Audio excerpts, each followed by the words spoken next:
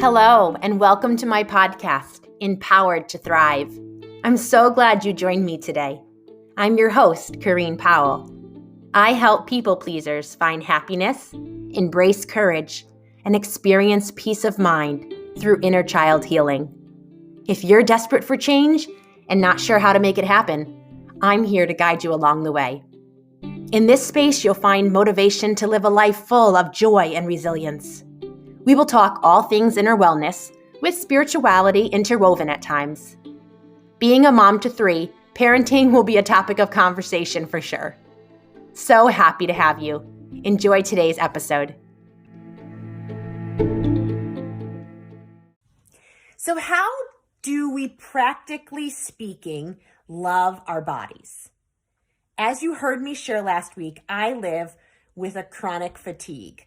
And it is something that I am seeing a naturopath, and I am taking supplements and looking to help my body out. But in the interim, before my body is where it needs to be, I have to be more gentle with myself, and I have to be really aware and compassionate. And if this sounds strange to you, it would have sounded strange to me in the past too. It's something that I've learned and developed within myself and I've worked on. So let me share what I mean. This last week, I was running strong for a few weeks, doing way more than I should have been doing. But you know how life goes. Sometimes more is happening and you got to keep up with it. So I was keeping up with it. But I was starting to feel really run down. And so much so that I said at the beginning of this week, I have to slow my pace down because I'm going to burn out. And in the past, I would have just kept going strong and would have gotten to that point where I was burned out. So I've learned and I've tried to change my patterns. And so what that looked like was me needing to change up my schedule, try to plan less in the week, eliminate what I could eliminate, and try not to add in things that didn't need to be added in. It meant trying to plan my mornings out a little differently. So if I could get a little bit of extra sleep, then I would. It's meant working a different sort of schedule, not because I want to, but because I need to for the sake of my body. It's been trying to create strategy. It's just creativity and strategy in the course of my day to say what doesn't have to happen today and what does need to happen. And for the things that do need to happen, how can I do them in any sort of way that's going to create some relief and make it a little bit easier on me? And it's not because I can't do the hard things. That's what's more of my natural response, to just push through it, do the hard things, grin and bear it. And that's not what I need to do in this particular season. And really, it's not what I should have been doing for a long time, but I just didn't know. So as I've learned how to take care of myself, how to be compassionate for myself, not saying, come on, Corinne, if you could only do more, it would be so much better. But recognizing, Corinne, you've done a lot in your lifetime and your body knows it. And it needs you to be more gentle towards it. It needs you to be a little bit kinder. So I work out right now. And sometimes that means changing up what my workouts are. Not because I couldn't push myself.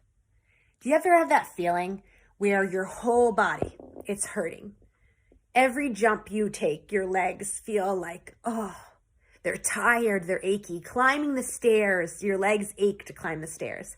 That's a lot of times what I experience. So I can push myself through it, but that doesn't always mean it's going to be better the next day.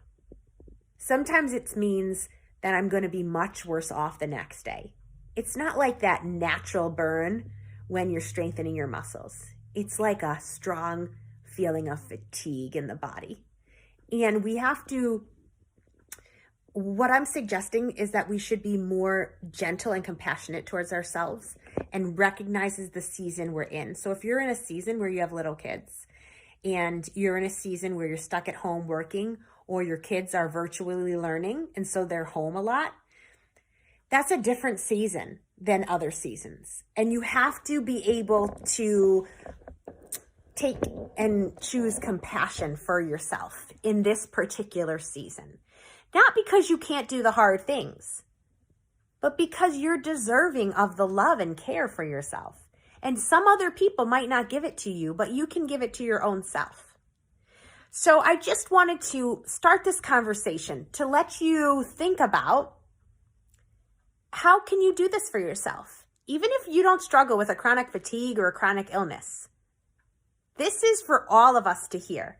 We all have a body to take care of. We all have our own selves that we need to remember to take care of.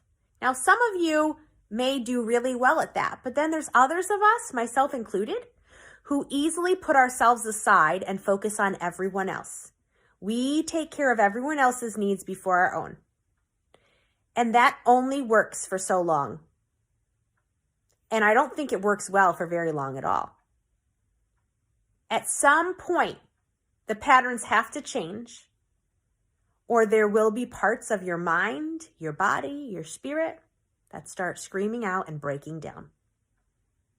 And actually, that is either a cue for you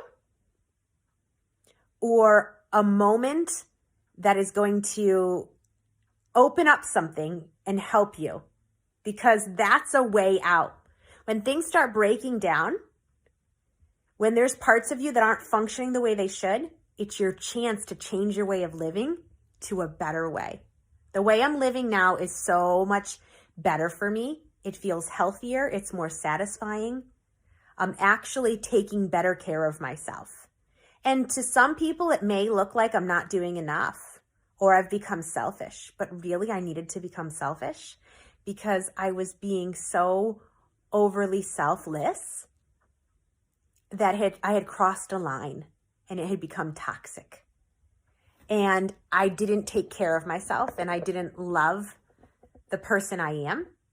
I didn't embrace her and I didn't accept her. So we're talking about a whole body transformation from the mind, the spirit, the whole body. So I hope that's something that I said, you're able to take it and just implement one change even within your life this next week. One change is better than no change. So take a listen again if you need to and pull something out of this that you can implement into your life. Because this is not meant just for me. It's meant for you too.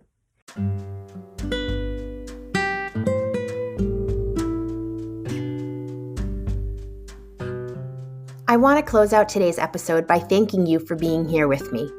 We've made it to the end, and I hope what I shared has been helpful. If there is anything I've mentioned that you want to talk about in more depth, I would be so glad to connect with you. You can always find me on Instagram at change_radically, or go directly to my website, changeradically.com. Of course, within the show notes, there's other ways that you can connect with me. And if there is someone that you think would benefit from this podcast, please share it with them.